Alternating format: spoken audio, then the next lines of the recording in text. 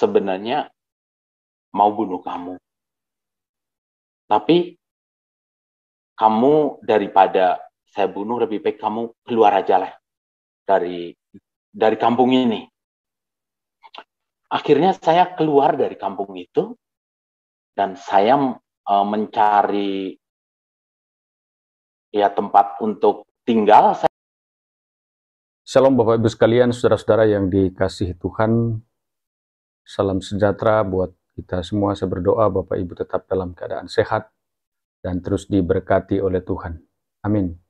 Kesempatan ini bersama kita mau mendengar lagi kesaksian dari seorang Bapak Muslim asal Kebumen.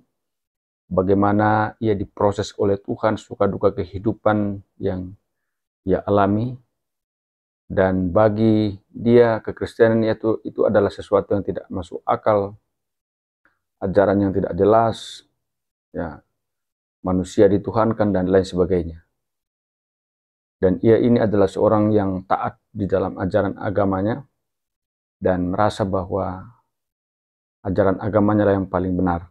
Tapi luar biasa saudara-saudara, Tuhan mau memanggil, dia mengalami kuasa Tuhan yang sangat luar biasa. Akhirnya dia putuskan untuk terima Yesus sebagai Tuhan dan Juru Selamat. Kita dengarkan kesaksiannya berikut ini. Dan pada kesempatan sore hari ini, saya ingin dipakai oleh Tuhan untuk menyaksikan bahwa Kristus Yesus adalah Allah yang baik, Allah yang sungguh nyata di dalam kehidupan saya, dan banyak hal-hal yang ajaib yang Allah kerjakan di dalam pengalaman kehidupan kerohanian saya. Saya mau memulai kisah perjalanan hidup saya, bagaimana saya mengenal Kristus Yesus. Saya itu dilahirkan dari keluarga yang boleh dibilang berkecukupan, ya. Waktu mungkin dari saya lahir, saya anak ke-11 dari 11 bersaudara, yang artinya saya anak bungsu. Dan ya puji Tuhan, ya mungkin waktu itu saya belum puji Tuhan, ya mungkin saya alhamdulillah ya. Dan saya, ya ibu saya juga seorang yang cerdas, yang berpendidikan, yang mengasihi keluarganya, dan ayah saya seorang yang bertanggung jawab.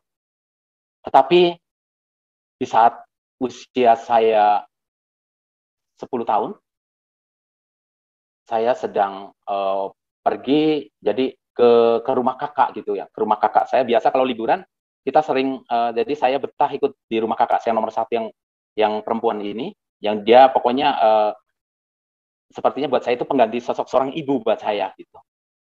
Jadi kakak saya itu pokoknya begitu sayang lah. Jadi mungkin ke adik-adiknya itu memperlakukannya ya seperti ke anak-anaknya sendiri, tidak membedakan gitu. Sumpama dikasih uang, mungkin setiap kakak saya itu baik gitu ya. Kalau lah mungkin 100 rupiah ya semuanya 100 rupiah gitu, tidak dibeda-bedakan. Dan begitu kita itu waktu itu dulu sih belum ada handphone ya, jadi dapat telegram katanya, jadi saya pokoknya dan kakak saya harus pulang karena ayah saya sakit keras.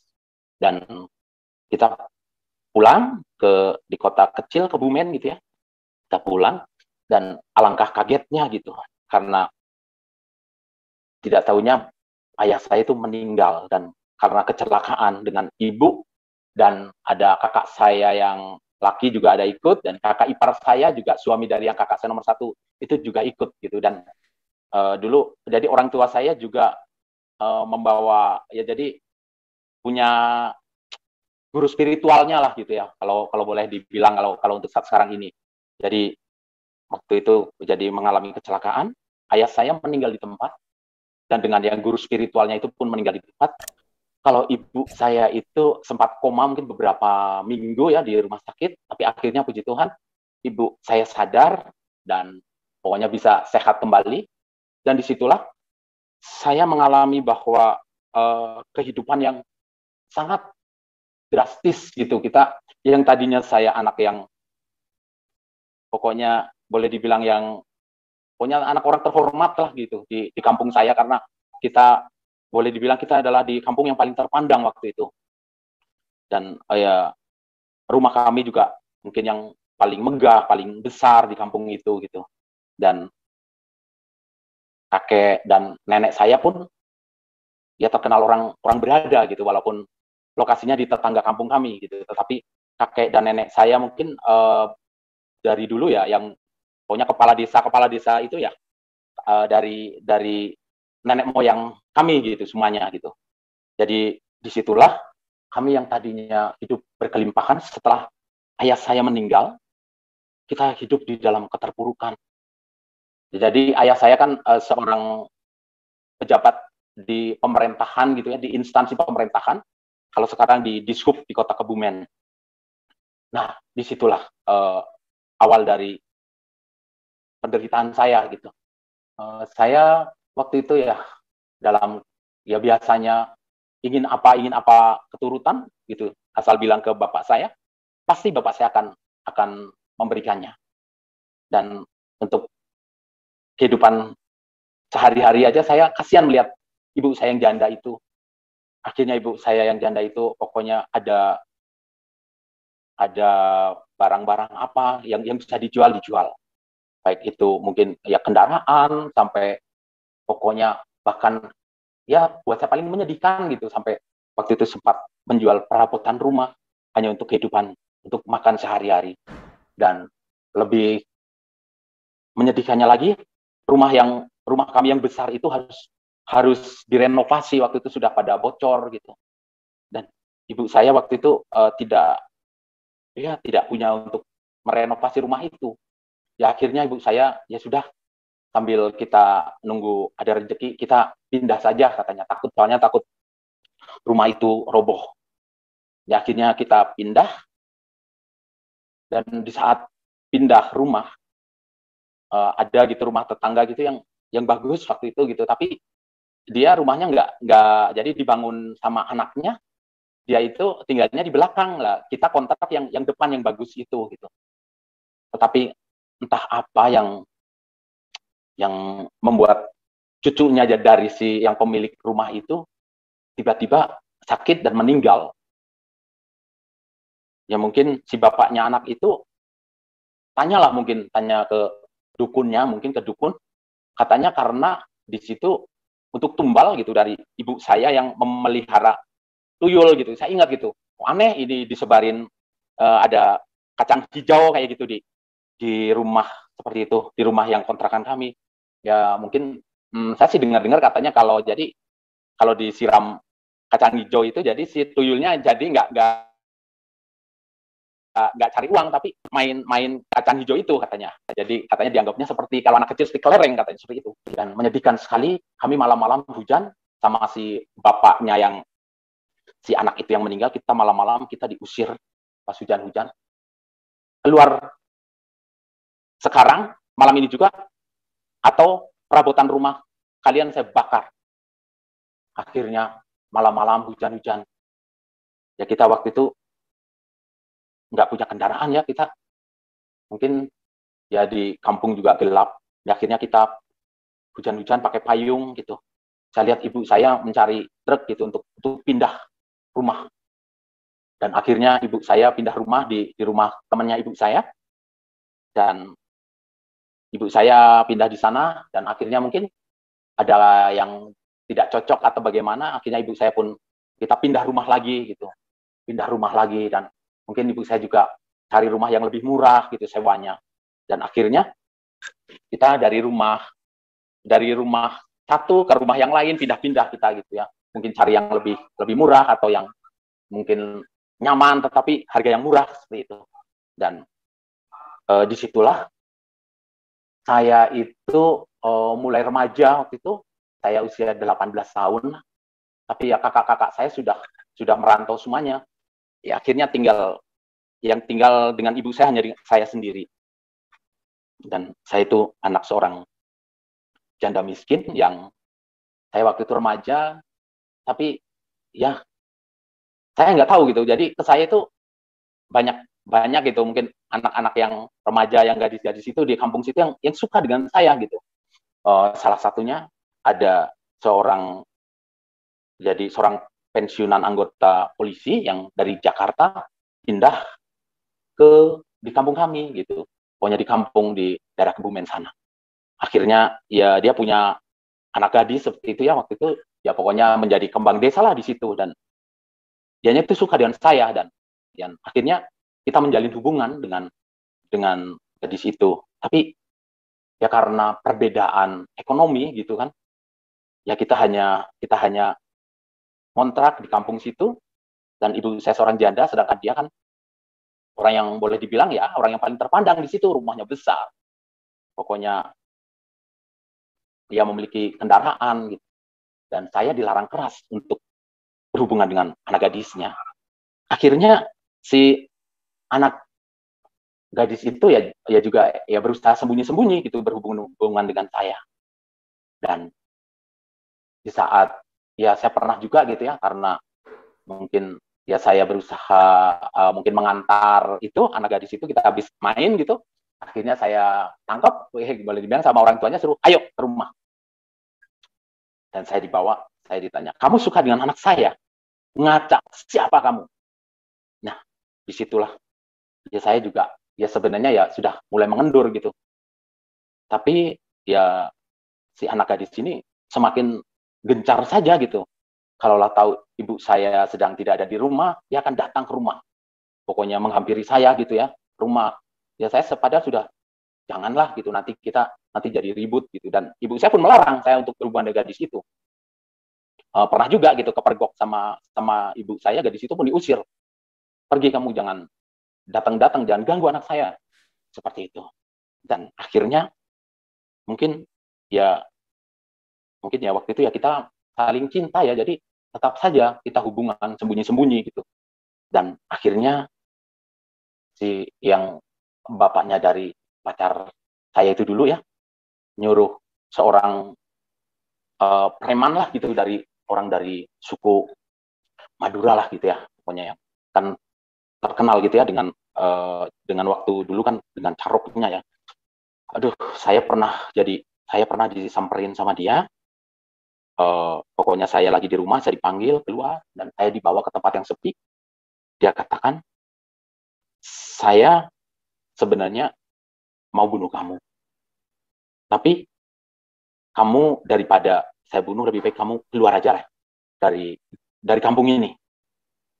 Akhirnya saya keluar dari kampung itu dan saya mencari ya tempat untuk tinggal. Saya di kakak saya, tapi di Kebumen, tapi di kotanya gitu. Kakak saya buka salon seperti itu, dan kebetulan saya pun waktu itu bersekolah dekat dengan rumah kakak saya itu. Jadi saya ya sebenarnya lebih enak gitu bersekolah ya, tinggal di kakak saya yang nomor 3. Tapi ya pikir saya, sudahlah, kita kan hubungan sudah selesai gitu. Akhirnya mungkin kalau saya pulang ya tinggal dengan ibu saya pun sudah aman. Akhirnya saya pulang, dan ternyata ya memang si orang yang tadinya udah mengancam saya untuk membunuh sudah tidak ada lagi, dan saya merasa nyaman-nyaman saja.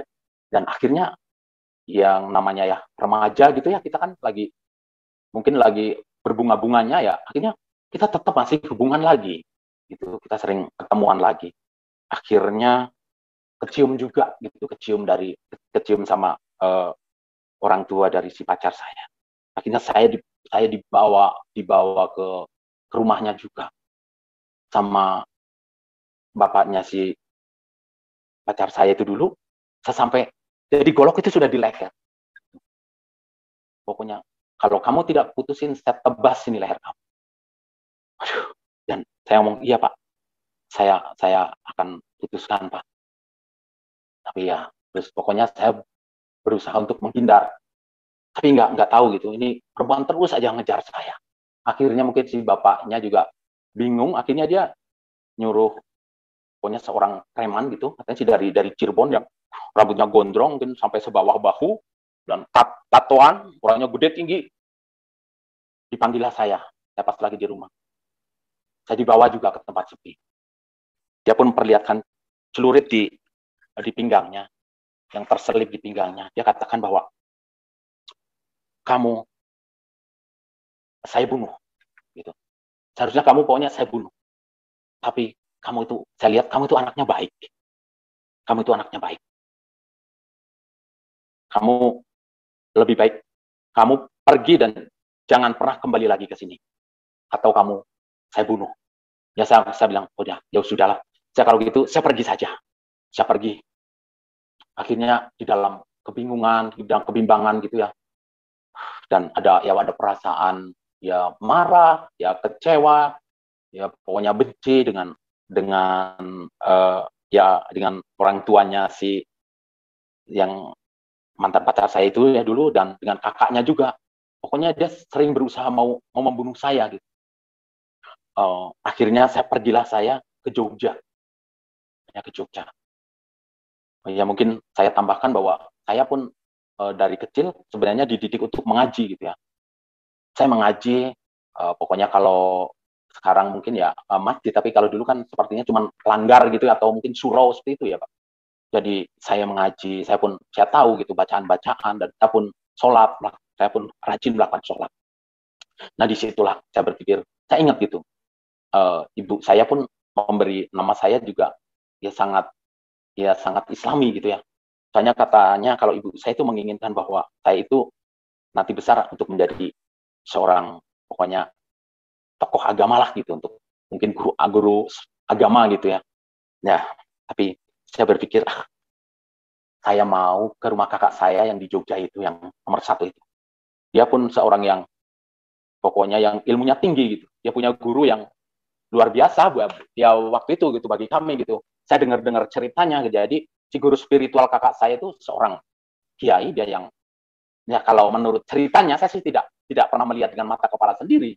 Katanya guru spiritualnya itu dia bisa melakukan sholat itu di atas pohon, katanya di atas pohon besar yang hanya di ranting yang sebesar jari kita katanya. Dan itu katanya disaksikan orang banyak katanya. Nah, pokoknya dia pokoknya punya ilmu yang kebal lah pokoknya gitu. Nah, disitulah saya datang ke kakak saya. Saya ceritakan masalah saya.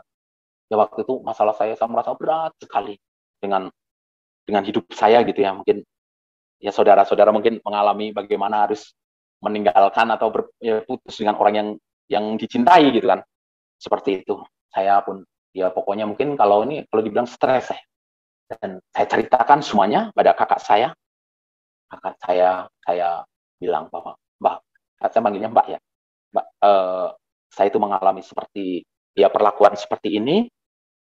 Itu pokoknya terancam, dan saya pokoknya dihina, saya pokoknya yang merasa teraniaya lah di sana gitu. Saya ceritakan semuanya, dan akhirnya kakak saya dia dengan sabar, dengan bijaksana aja mendengarkan pergumulan saya, kakak saya yang perempuan. Terus dia mengajak saya berdoa. Ayo kita berdoa. Terus kakak saya, dia pikir saya berdoa yang untuk hal yang pokoknya yang seperti yang saya inginkan gitu. Dia berdoa, Tuhan tolong gitu. Dia sebutkan nama si bapak ini dan orang-orang yang pernah menganiaya saya, karena dia kan siapa namanya, dia tanya. Pokoknya berkati dia dan ampuni dia. Saya stop. Jangan teruskan doa ini. Ini orang menyakiti saya. Enak banget. Dia sudah menghina saya, sudah berusaha membunuh saya, sudah pokoknya ya menginjak-injak harga diri saya kok untuk diberkati. Saya enggak mau saya. Akhirnya saya saya menjauh dari kakak saya. Saya merenung aja. Saya merenung. Sambil marah, ya bingung, ya jengkel, pokoknya campur aduk waktu itu. Terus ya gitu. Kok saya perhatikan kakak dan suaminya gitu, suami kakak saya itu dan keponakan-keponakannya sering nyanyi-nyanyi gitu. Lagu-lagu gereja gitu. Ya buat saya asing gitu, apa-apaan gitu lagu-lagu seperti itu. Ada ya ada tepuk tangan juga gitu. Ya buat saya mungkin kalau sekarang apa seperti itu gitu.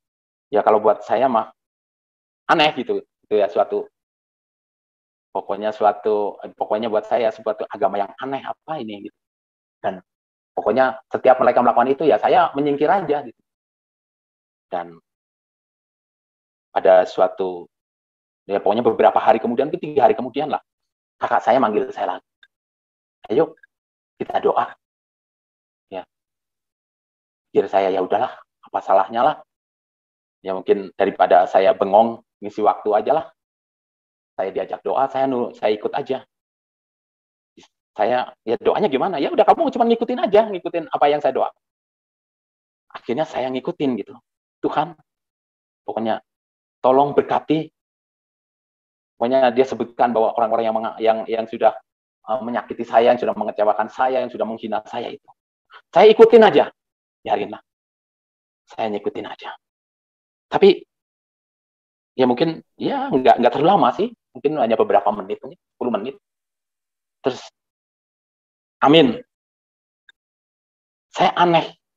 Sudah merasa, loh, tadi kayaknya saya seperti punya beban yang berat sekali. Mungkin lah kalau boleh diistilahkan mungkin 1 kintal lah beban saya. Tapi setelah saya amin, berdoa seperti itu, kok ringan gitu. Saya merasa ringan saja gitu. Nah disitulah saya mulai penasaran gitu. Ini ajaran apa ini? Gitu. Ini ajaran apa? Kok mengampuni, mengasihi gitu. Kalau menurut keyakinan saya dulu, pembalasan lebih kejam daripada perbuatan gitu. Kalau dulu keyakinan saya gitu ya. Ini kok kita mengasihi orang-orang yang sudah menyakiti kita gitu. Saya merenung saja. Saya merenung gitu. Apa ini Tuhan yang selama ini saya cari apa ya? Gitu. Tentang kok ya mengasihi gitu. Ya saya merasa ya diri saya juga ya pokoknya ya waktu itu mungkin tidak begitu saya sadari ya bahwa itu normal saja kalau saya mengumpat dengan orang yang mengumpat gitu, memukul dengan orang yang berusaha memukul saya, mencaci maki, balas caci maki, ya buat saya ya itu hal-hal yang wajar saja gitu. Kalau kita disakiti ya kita balik menyakiti lagi atau mungkin lebih lagi itu, lebih lagi menyakiti lagi, mungkin bukan mata ganti mata lagi, mungkin mata ganti kepala, ganti gigi, ganti hidung gitu. Nah, disitulah saya mulai merenung gitu. Akhirnya ya saya ya mulai mau ya mendengarkan lah gitu. Kalau mereka nyanyi-nyanyi gitu kok.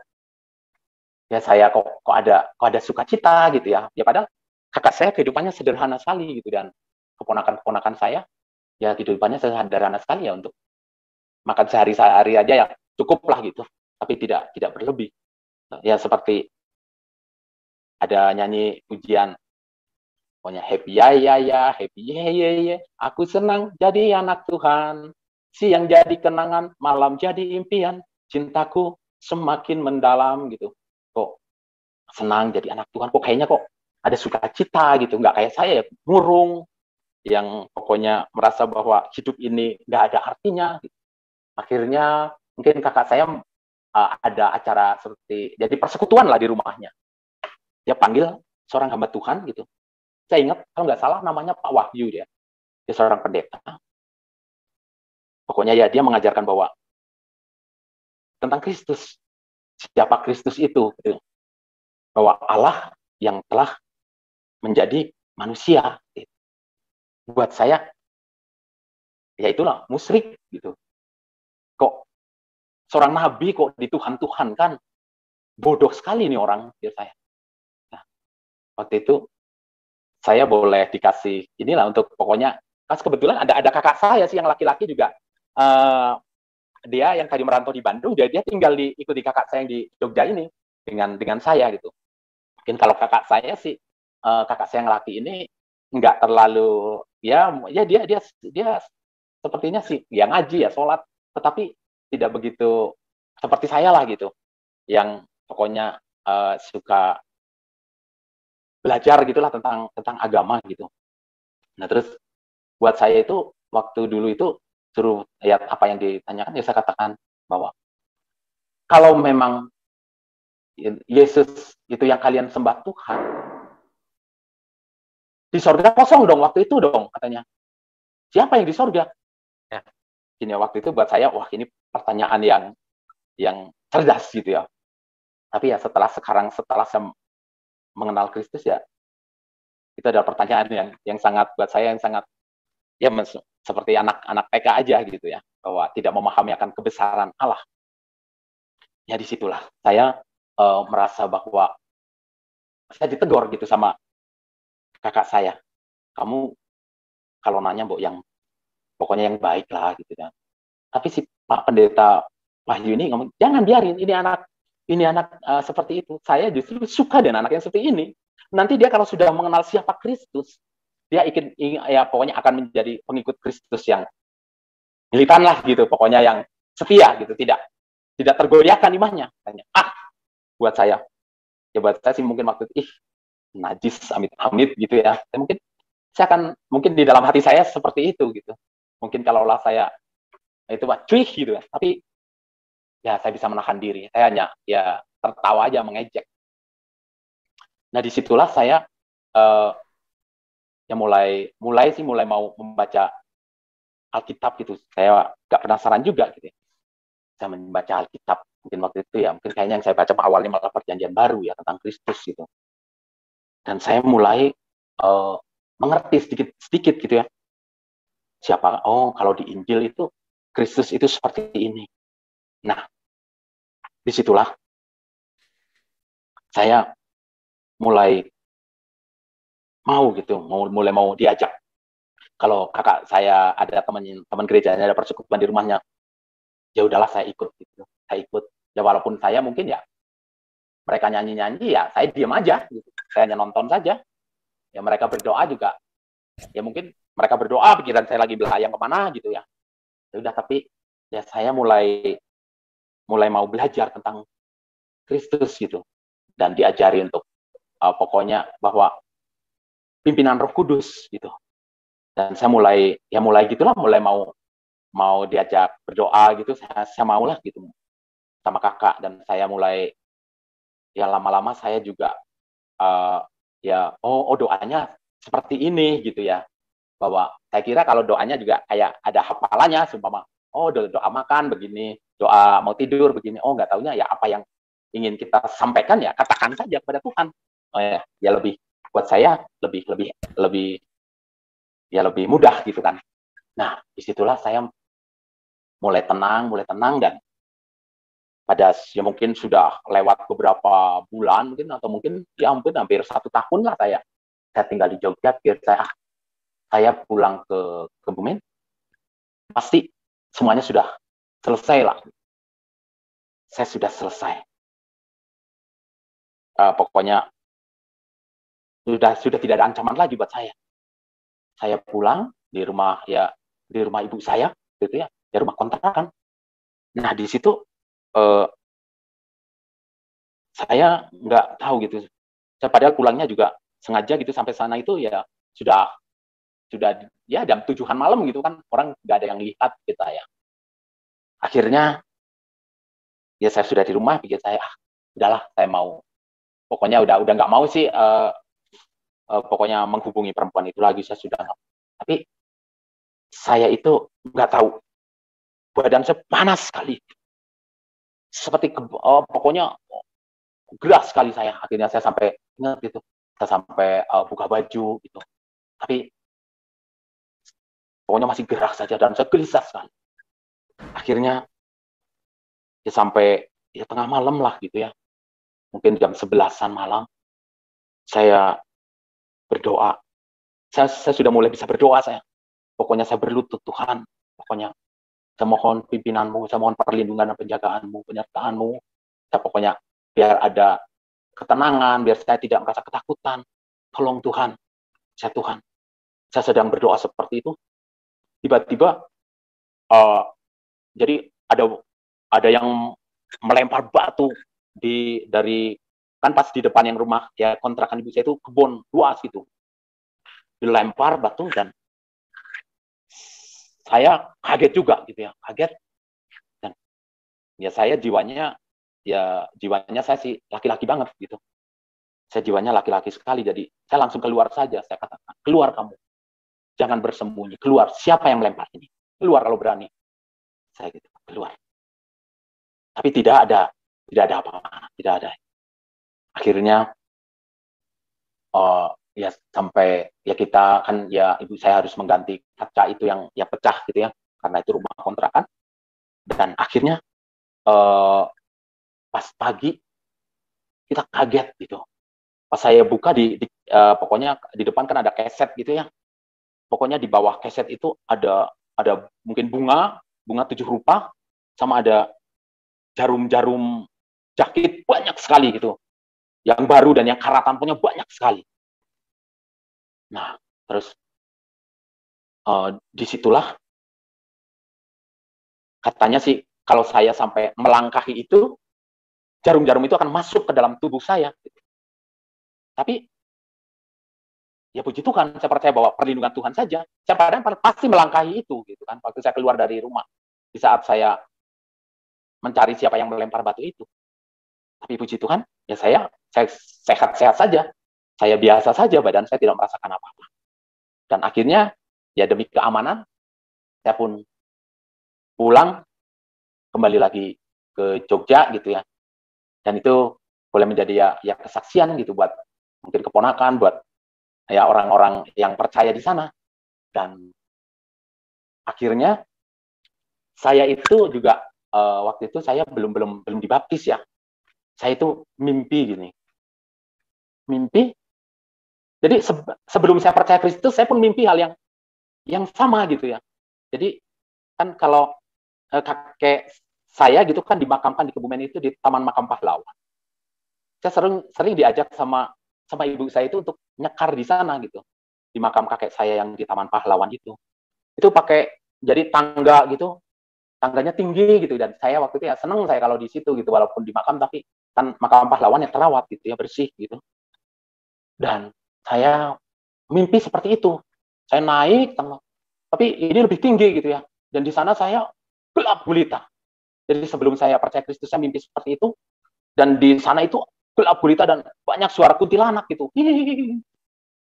Saya waktu itu saya bangunkan, saya kebangun dan saya juga sampai basah saya, mungkin karena ketakutan saya, keluar keringat semua. Saya ceritakan, ibu saya mimpi buruk. Nah terus ibu saya, ya sudahlah, udah tidur lagi gitu.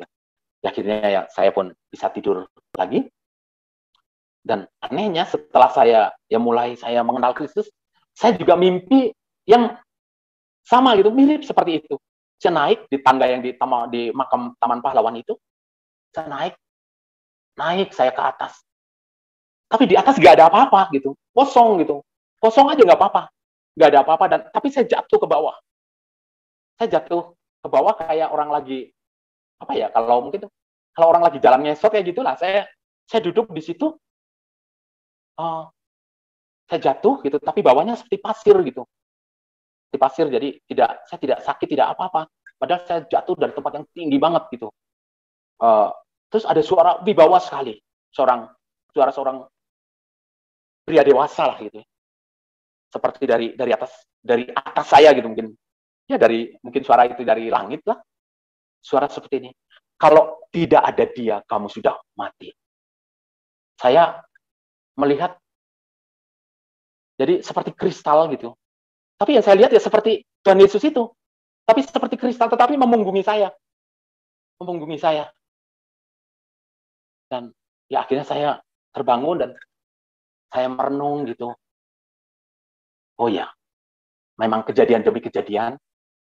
Ya kalau saya pikirkan, memang saya sudah mati, saya sudah dibunuh. Tapi karena ada perlindungan Tuhan Yesus saja, saya masih tetap hidup. Gitu. Dan disitulah saya mulai mendalami bahwa ya pokoknya ya keyakinan di dalam kekristenan itu saya mendalami, dan akhirnya ya saya tidak serta-merta mau dibaptis ya. Ya dengan mengikuti seperti pembelajaran seperti itu, akhirnya saya mantap, saya mau dibaptis. Dan disitulah saya mulai ya pikiran saya terbuka gitu. Saya kalau ya tinggal di kampung seperti ini, saya tidak akan maju. Saya waktu itu kan putus sekolah, saya sebenarnya baru kelas 2 gitu, mau naik ke kelas 3. Nah, saya harus keluar, saya harus tinggalkan sekolah saya, dan akhirnya ya saya berpikir bahwa ya saya berusaha mencari ini rapot saya pergi ke Kebumen, saya pinjam kendaraan punya om saya datengin ke kepala sekolah tempat saya sekolah dulu, saya di SMA Sultan Agung, yayasan kayaknya kalau nggak salah punya NU gitu ya. Dan di situ ya akhirnya ya saya memang harus menutupi semuanya, pokoknya biaya-biaya yang nunggak gitu, kayak SPP apa saya sudah tutup semuanya. Saya dikasih rapot dan saya akhirnya saya perantau, saya ke Bekasi dan saya mulai pokoknya untuk bersekolah di sana, menyelesaikan sekolah di Bekasi. Dan singkat cerita pokoknya saya sudah lulus, saya punya ijazah SMA, akhirnya saya ke Bandung ya. Dan di Bandung itu saya pun mulai pokoknya mencari ya komunitas gitulah. Pokoknya saya gereja yang pokoknya yang di situ saya ada, pokoknya ada kenal, oh gini, di mana ya gereja yang terdekat ya, saya ikut ibadah di sana. Dan pernah juga kejadian, jadi saya di gereja waktu itu di gereja Kristen GKKI, Gereja Kristen Kudus Indonesia, yang ininya Bapak almarhum, gembalanya Bapak almarhum Kerani Ketaren. Kita itu diajak untuk pelayanan, memang kita kalau di situ diajarkan untuk kita menjadi pemberita Injil. Pernah kita 10 orang gitu ya, pokoknya 10 orang kita mungkinnya dipilih sama Pak Pendeta, pemuda-pemuda yang boleh dibilang yang berani lah gitu untuk memberitakan. Kita pergi gitu, pakai mobil Bapak Pendeta untuk ke daerah Sindang Barang sana di Cianjur Selatan ya. Nah, kita di Cianjur Selatan ternyata mungkin Bapak Pendeta saya tadinya mungkin sudah pernah pelayanan di sana, mungkin ya waktu mudanya atau bagaimana, ya ternyata di sana memang sudah banyak yang kenal dengan beliau. Nah, di sana itu kita itu mungkin memang kebanyakan orang-orang Medan ya, yang mungkin yang sudah tinggal di sana, mungkin sudah ya di sana kan mungkin ada yang berdagang atau mungkin ada yang bagian nelayan atau apa. Dan di sana memang tidak ada gereja sama sekali gitu. Akhirnya kita datangi gitu mereka,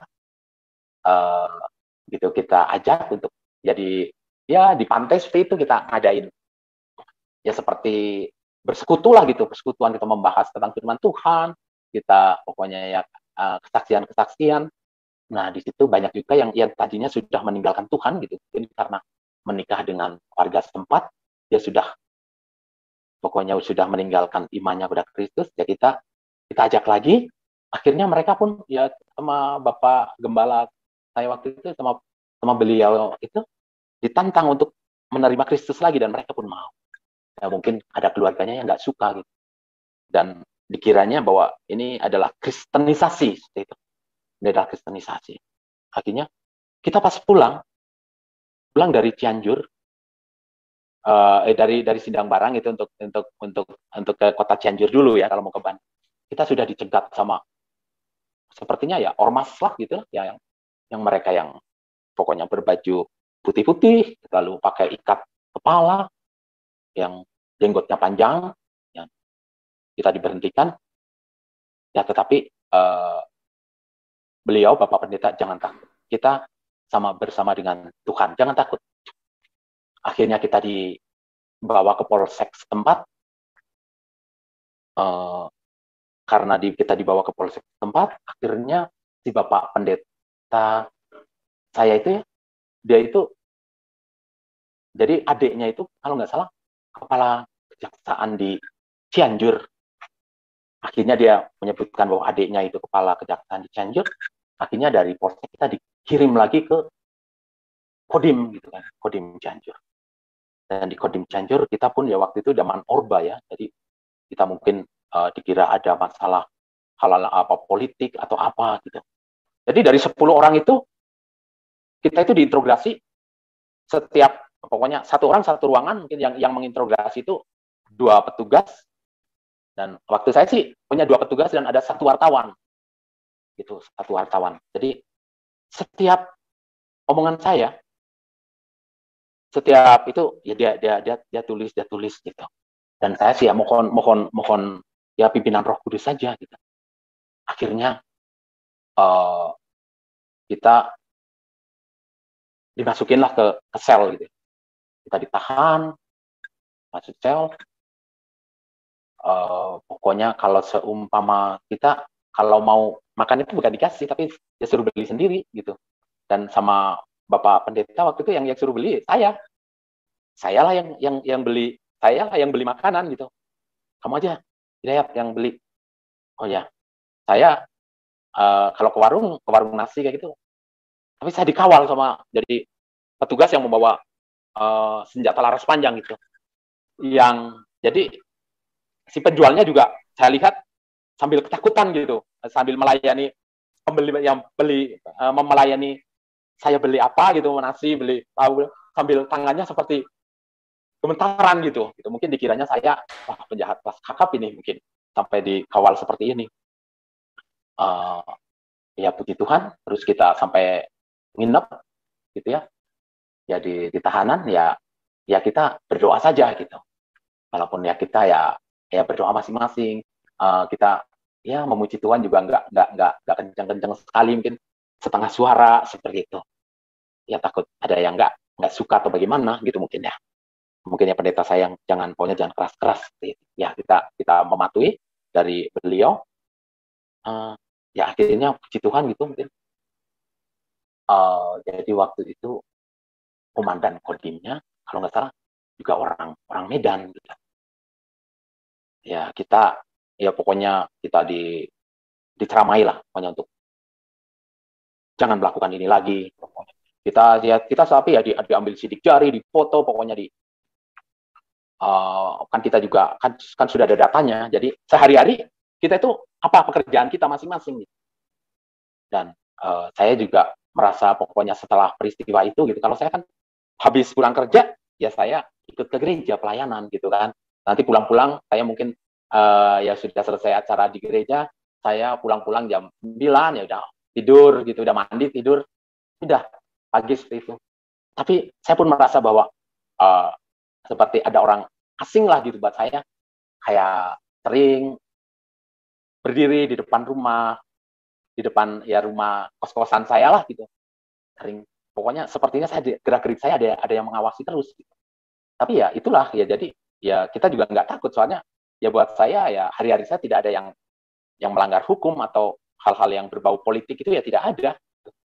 Dan saya ya merasa ya udahlah biarin aja lah, toh saya tidak melakukan pelanggaran apa-apa. Dan ya dengan hari berganti hari seperti itu ya saudara, saya pun bekerja gitu ya. Terus akhirnya saya pokoknya ada ya di gereja situ juga saya ada mengenal ya seorang gadis dan ya akhirnya saya pun ya dikaruniai anak gitu ya. Dan saya merasa bahwa pertolongan Tuhan amat sangat luar biasa. Jadi yang saya dulu gitu waktu remaja gitu. Waktu remaja itu saya ya mengalami bagaimana sengsaranya tidak ya orang tua tidak memiliki rumah gitu kan. Saya sering dulu disindir gitu sama teman-teman yang sebaya mungkin yang nggak suka dengan saya bahwa mereka itu sering nyanyi dangdut bahwa kering sudah air mataku nasib seorang tunawisma gitu. Ya saya sebenarnya ya mungkin kalau lah itu saya masukin hati saya sakit hati. Tapi biarin aja, saya anggap ya dia mau nyanyi karena pengen nyanyi lagu itu aja mungkin bagi dia ya lagu ya kesukaan dia ya silahkan aja. Tapi ya sebenarnya sih sedang menyinggung saya gitu. Ya dengan berjalannya waktu dan saya saat sekarang ini pokoknya pertolongan Tuhan sungguh amat sangat luar biasa dalam kehidupan saya. Waktu moneter memang saya harus dari perusahaan tempat saya bekerja, bos saya itu mungkin ada masalah utang piutang apa mungkin ya dengan bank. Padahal bos saya mungkin orang yang boleh dibilang orang ya mungkin boleh dibilang orang yang kayak mungkin termasuk 10 besar mungkin kalau di Bandung mungkin ya. Tapi dia karena mungkin terlilit hutang, akhirnya dia pergi ke Australia dan akhirnya waktu itu ya saya kebingungan gitu ya. Aduh, saya itu harus ya kerja apa gitu. Dulu aja punya gaji aja bingung, apalagi ini saya nggak punya gaji. Ya kehidupan kami bagaimana saya memberi makan anak dan istri saya. bagaimana saya memberi makan anak istri saya. Tapi puji Tuhan, saya ya ada kerinduan, ya ada keinginan gitu untuk, saya mau coba, saya mau jualan aja sendiri. Dan puji Tuhan, ya puji Tuhan, luar biasanya ya, bahwa justru saya kok laku gitu yang barang yang saya jual, walaupun ya kan perusahaan yang tempat saya kerja tutup, saya pun berjualan sama gitu. Saya dulu ya sales seperti payung seperti itu, ada lapiring, lapel, kok laku gitu. Dan akhirnya saya justru saya malah punya tabungan. Saya punya tabungan dan ya sampai akhirnya saya bisa beli mobil lah gitu, walaupun mobil yang hanya ya mobil barang seperti itulah, tapi saya rasa bangga waktu itu. Dan Tuhan pun luar biasa, dan saya merasa diberkati luar biasa. Tapi saya juga merasa ya ada juga ya naik turun. Jadi waktu itu saya udah punya modal, jadi kakak ipar saya gitu, jadi kakaknya istri saya mengajak bisnis. Kakak saya mengajak bisnis, saya ada bisnis, kamu punya modal nggak? Ya ada. Saya punya bisnis pokoknya dari 50 juta menjadi 150 juta. Nah, nanti keuntungannya buat kamu aja lah, saya nitip biar kamu kembangin. Nah, siapa yang nggak tertarik? Akhirnya saya punya uang berapa nih, saya kasihin ke kakaknya istri saya. Dan kakaknya istri saya memang ya lumayan lah, dia keadaan ekonominya juga lumayan, dia rumahnya bagus, dia juga punya tanah gitu, pokoknya di kampung juga beli tanah buat orang tuanya juga luas sekali. Dan ya disitulah nggak taunya kakak ipar saya itu ketipu gitu, tapi pakai uang saya bingung waktu itu. Saya bingung, aduh bagaimana ini saya usaha saya bagaimana?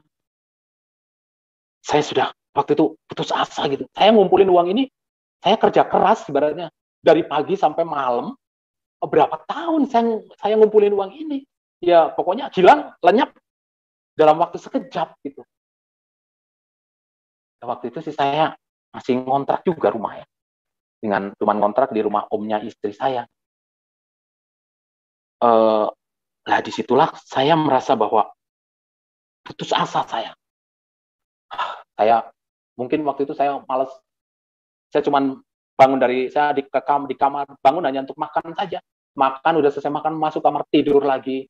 Pokoknya udah. Jadi waktu itu kalau seumpama handphone saya bunyi, ada orang order, kalau waktu kita punya modal ya seneng, kita langsung ambil bolpen, kita order apa aja, ya apa aja Ci, atau order apa aja Bu Haji, ya seperti itu, ya order apa aja gitu.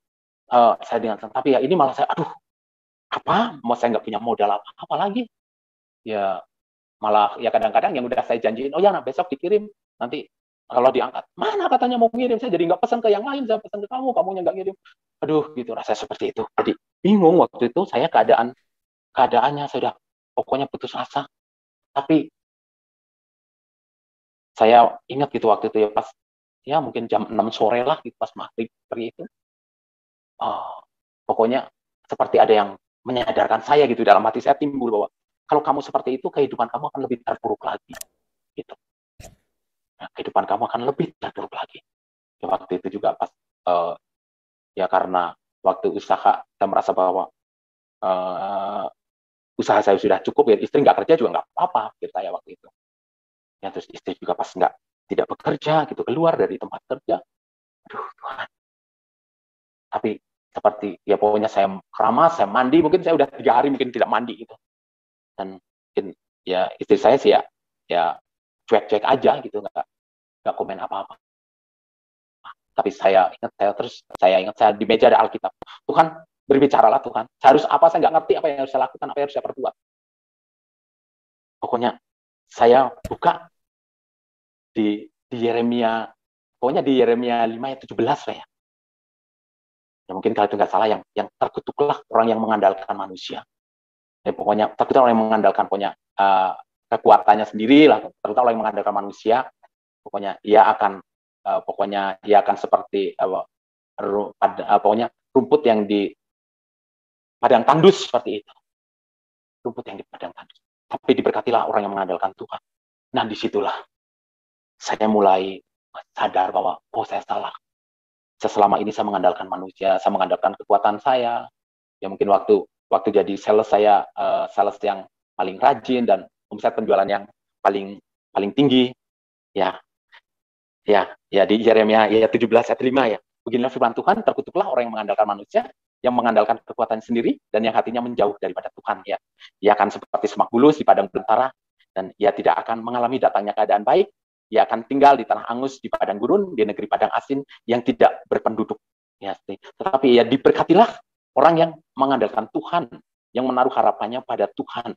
Ya, ia akan seperti pohon yang ditanam di tepi air, yang merambatkan akar-akarnya ke tepi batang air, dan yang tidak mengalami datangnya panas terik, yang daunnya tetap hijau, yang tidak khawatir dalam tahun kering, dan yang tidak berhenti menghasilkan buah. Nah, di situ saya ingat gitu, ada dulu jadi teman bos saya, tapi dia kalau order ke saya banyak gitu. Kalau saya temui dia, dan namanya kok Awih gitu, kok saya boleh nggak kok gitu. Saya ambil barang pagi, nanti kalau ya begitu orang toko bayar, saya setor ke sini. Ya kok Awih sudah almarhum sekarang. Nah, disitulah saya iya boleh. Ya, akhirnya saya lakuin itu. Saya punya motor gitu ya, saya ambil barang ya, payung atau lapiring atau lapel di sana gitu ya. Pokoknya saya orderin dulu, ada pesan ini, terus saya pagi, kadang-kadang toko belum buka, saya sudah jongkok di situ nungguin toko buka karena saya saking semangatnya kerja ya untuk mencukupi kebutuhan hidup. Dan ya saya ikat-ikat gitu, ya memang lumayan banyak gitu ya, dibantu sama pegawainya gitu, dan ya pegawainya pun senang gitu, katanya kalau sudah bantu saya ya saya juga ada ucapan terima kasihnya lah, saya memberi mungkin ya sedikit tips lah gitu ya untuk mereka, dan mereka pun senang. Ya dengan berjalan waktu terus saya boleh nggak kok saya kasih waktu lah kok gitu, biar saya itu, kenapa kamu nggak bikin giro aja, katanya. Oh iya ya, akhirnya saya itu bikin giro ke BTN gitu kan. Di BTN itu gampang gitu, waktu itu lagi ada ya mungkin ada kemudahan untuk membuat giro, lalu saya bikin giro BTN. Saya kasih waktu berapa lama nih, udahlah kasih waktu seminggu. Ya puji Tuhan ya, saya buka giro kasih seminggu ya saya juga ya selalu tidak pernah gitu ya saya disiplin dalam hal keuangan. Saya ambil barang, dikasih ya pakai giro seminggu. Lah ya kok kasih waktu 2 minggu dong. Ya udahlah boleh. Akhirnya sampai dia kasih waktu ke saya, sampai saya dikasih waktu 1 bulan gitu ya. Ya dan disitulah saya mulai bisa berkembang lah usaha saya. Saya mulai berkembang. Saya nggak cuma main di payung, di lapel, tapi saya ada main di karpet seperti itu. Jadi saya lihat di toko yang laku, oh ini karpet, oh ya ini ya, akhirnya saya pun carilah saya karpet dari mana, dan di situ saya mulai ini pokoknya mengembangkan usaha saya lagi gitu.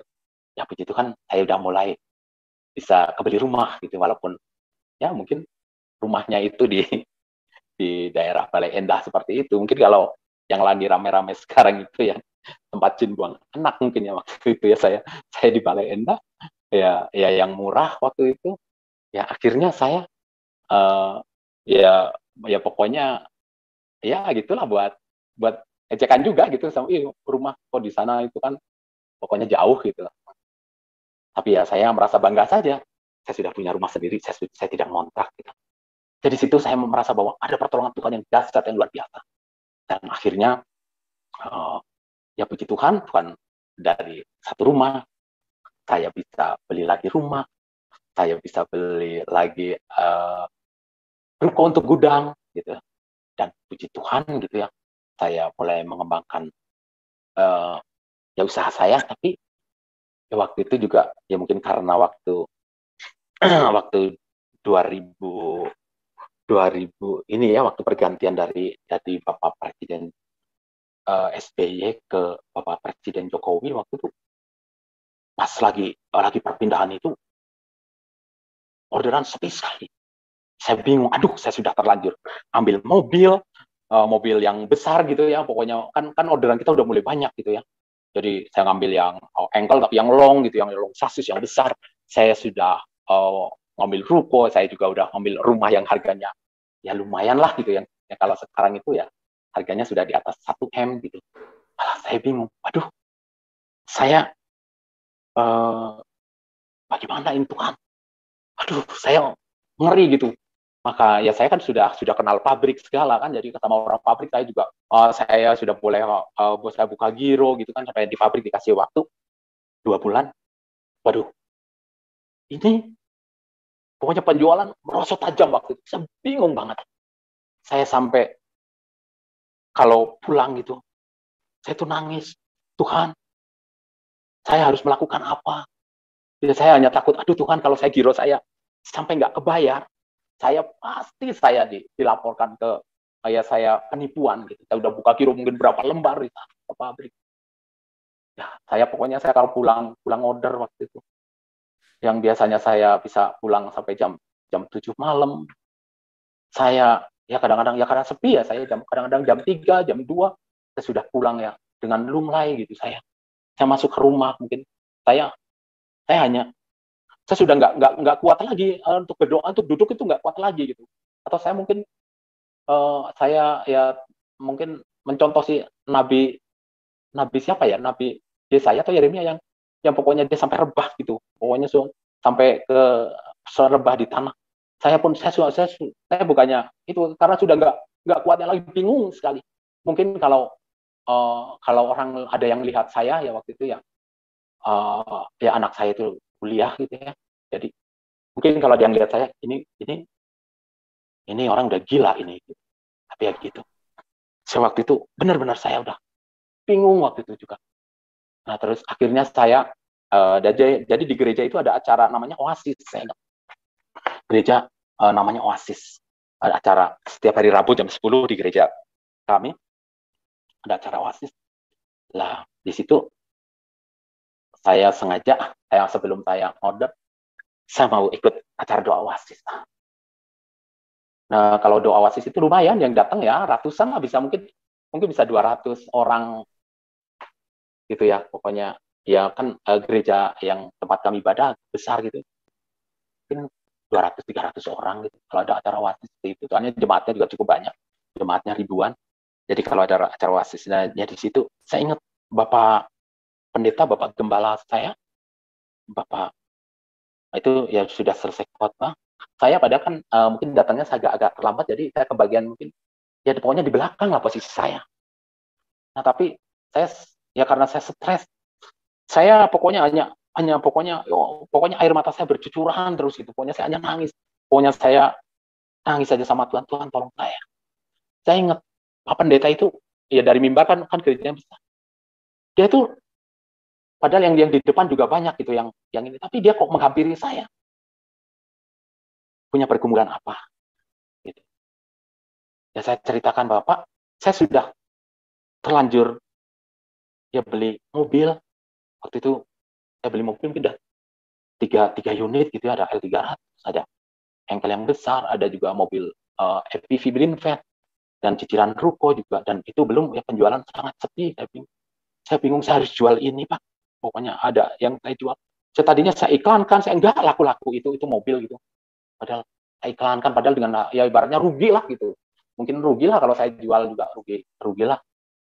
Tapi kok nggak ada ini, nggak ada yang minat gitu. Besoknya itu ada yang telepon saya gitu. Ya saudara, kamu mau jual itu mobil? Iya. Nih ada nih teman saya yang butuh. Nanti dia telepon kamu, ya. Saya kasih teleponnya, ya. Betul. Terus ada yang telepon saya.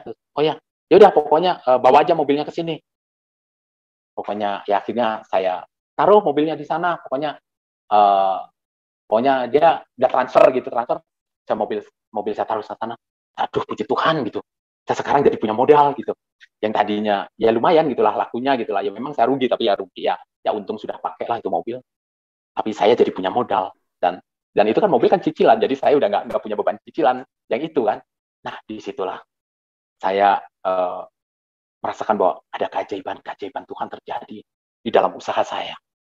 Boleh dibilang tadinya saya sudah terpuruk gitu, terbelenggu sama hutang-hutang, dan ya puji Tuhannya gitu ya, setelah mungkin kabinet Jokowi berjalan, kembali normal penjualan. Wah, luar biasa.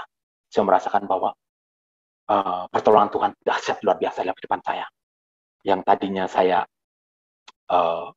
ya punya ruko, saya bisa nambah lagi, saya beli ruko lagi yang lokasinya lebih strategis, yang di dekat pasar, yang di pinggir jalan, dan yang akhirnya yang pas di belakang ruko juga ada rumah dijual yang nempel dengan ruko.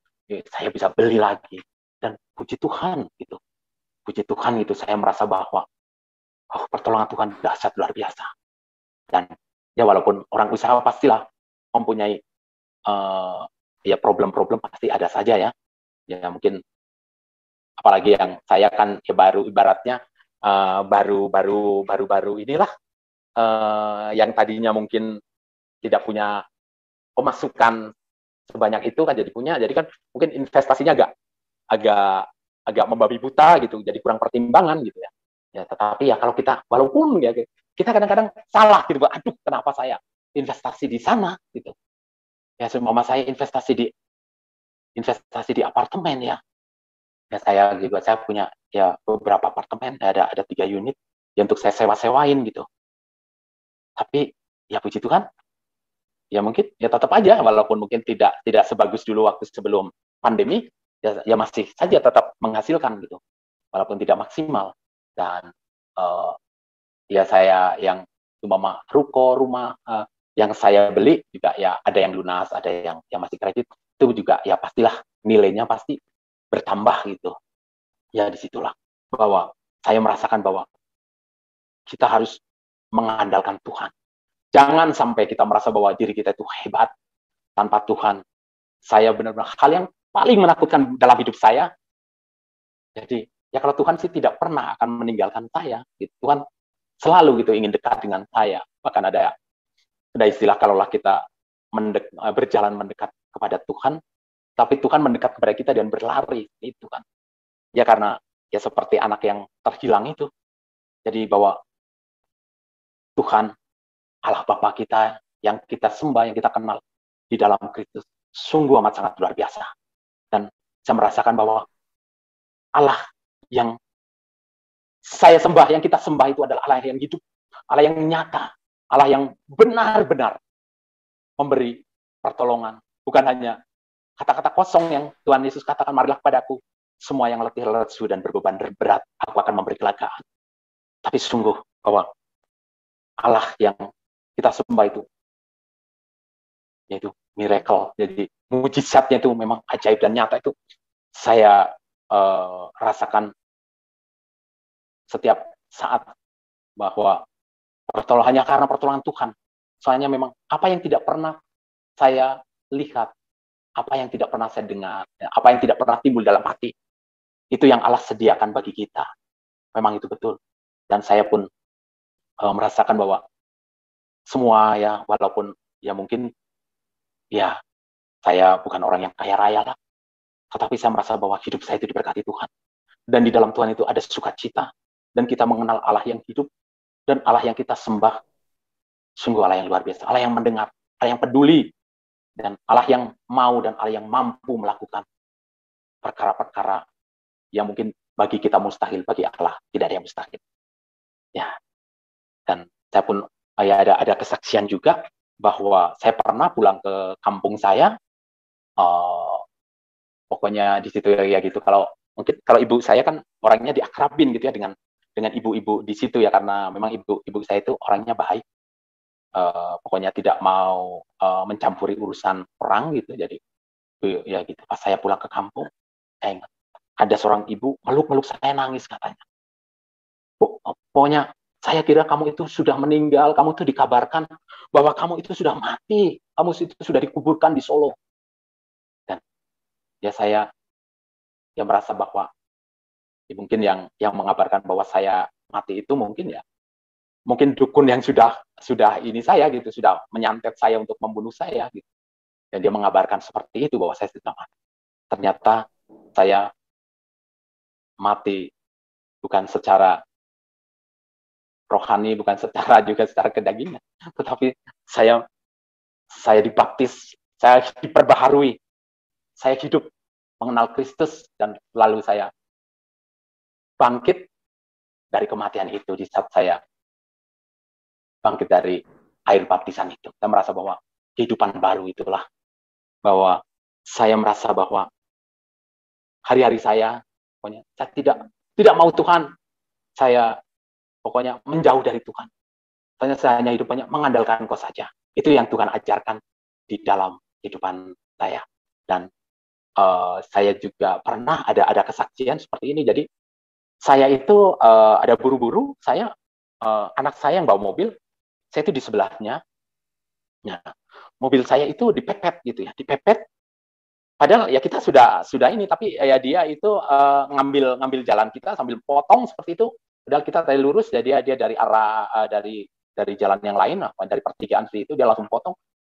Saya agak ya karena buru-buru, memang jalan juga agak padat gitu. Saya klakson gitu. Nah, ini malah bukannya jalan, tapi malah direm sama dia. Malah sengaja. Padahal di depannya kosong. Aduh, saya juga buru-buru ini. Terus saya bilang, ini orang gimana ya gitu. Ya terus udah maju, kita maju, berhenti lagi. Akhirnya saya loncat lah, saya turun, hey, jangan di jalan gitu, jangan halangin jalan orang gitu. Terus ya dia seorang oknum tugas gitu, oknum petugas. Jadi waktu itu tidak lihat. Ya saya ngomong, Pak, saya itu punya seorang anggota. Saya katakan bahwa kalau Bapak anggota, seharusnya Bapak itu lebih tahu sopan santun berlalu lintas, Pak. Tetapi ya pokoknya terus dia membiarkan ayah saya. Ya sudah, kalau Bapak tidak merasa bersalah, saya masuk ke mobil. Akhirnya kita jalan, tapi nggak taunya dia kejar lagi. Saya kejar lagi. Dia pepet kami. Dan akhirnya kami pun berhenti, dan pokoknya dia bilang, kamu jual, saya borong. Pak, saya itu nggak mau cari ribut, Pak. Saya hanya tadi merasa bahwa jalan saya itu Bapak halangi. Tapi pokoknya, mana saksinya? Ya tadi, Pak. Kalau tadi mungkin di sana, Bapak, orang banyak, Pak, yang menyaksikan itu. Ya pokoknya, ya sudah, Pak. Kalau memang Bapak tidak merasa bersalah, ya sudah. Saya ajak salaman, dia nggak mau. Dia mengancam, pokoknya, awas, lihat ya, besok ada yang nyari kamu. Saya katakan, saya tidak takut. Saya tidak salah kok. Silakan saja. Terus dia tepuk punggung saya. Dan punggung anak saya pun ditepuk sama didorong seperti itu. Akhirnya, buat apa sih? Udah, kita buat apalah, ribut, kita masuk ke mobil. Ya, tekan mobil barang ya, pikirnya mungkin dalamnya itu mungkin mungkin bagi dia orang ya gitulah, mungkin pegawai yang nggak akan berani melawan seperti itu. Terus akhirnya saya gitu, tapi saya rasa punggung saya berat sekali setelah ditepuk sama orang tersebut gitu ya, berat sekali. Lalu saya itu malamnya tidak bisa tidur, gelisah saya. Ternyata anak saya pun sama seperti itu. Terus kira-kira jam 1 pagi lah, jam 1 pagi sama. Tapi saya gitu, walaupun saya berusaha untuk saya tidurin, di sini sakit sekali pundak saya, seperti ada pokoknya beban apa gitu ya. Terus, sepertinya di saat saya tidur itu ada ya, suara gitu, mungkin suara dari dalam hati saya mungkin ya. Katakan darah Yesus. Sampai 3 kali. Katakan darah Yesus. Katakan darah Yesus. Akhirnya saya darah Yesus, sambil saya tepuk-tepuk di pinggang saya, darah Yesus. Dan itu seperti ada yang lepas dari pundak saya gitu, ada yang tadinya mungkin kayak yang kalau bahasa Jawanya yang gendoli gitu, seperti ada yang lepas gitu. Akhirnya saya bisa tidur, dan mungkin pagi-pagi saya sudah bangun, saya mungkin ya jam 5-an, saya telepon, kamu merasakan ini ya? Iya, Pak, saya juga. Katakan darah Yesus. Saya juga seperti itu. Dan anak saya pun lakukan yang sama gitu. Dan dia cuma, gimana, Bet? Iya, Pak, rasanya sekarang mah lebih pelong rasanya. Ya itulah. Dan itulah bahwa kuasa darah Yesus sungguh luar biasa. Darah Yesus sungguh penuh kuasa. Dan saya mengalaminya itu. Bukan kata orang, tapi saya mengalaminya. Bahwa darah Yesus itu memang penuh kuasa. Itu kesaksian dari saya. Demikian kesaksian Bapak ini sungguh luar biasa, Bapak Ibu sekalian. Itulah kalau Tuhan mau memilih, Tuhan yang mau menetapkan, Tuhan yang mau memanggil, sekalipun dia tidak percaya, tetapi Tuhan yang berbicara, maka menjadi percaya kepada Tuhan. Biarlah kita juga semakin memiliki keyakinan yang sungguh di dalam Tuhan bahwa Yesus yang kita sembah adalah Allah yang hidup, yang menyelamatkan. Hanya dialah satu-satunya Tuhan dan Juru Selamat. Saudara dan saya yang percaya adalah orang yang sudah diselamatkan oleh Tuhan. Tetap teguh dalam Tuhan, tetap percaya sepenuhnya kepada Tuhan bahwa saudara dan saya tidak akan binasa, melainkan beroleh hidup yang kekal. Sampai jumpa di video-video berikutnya dan Tuhan Yesus memberkati.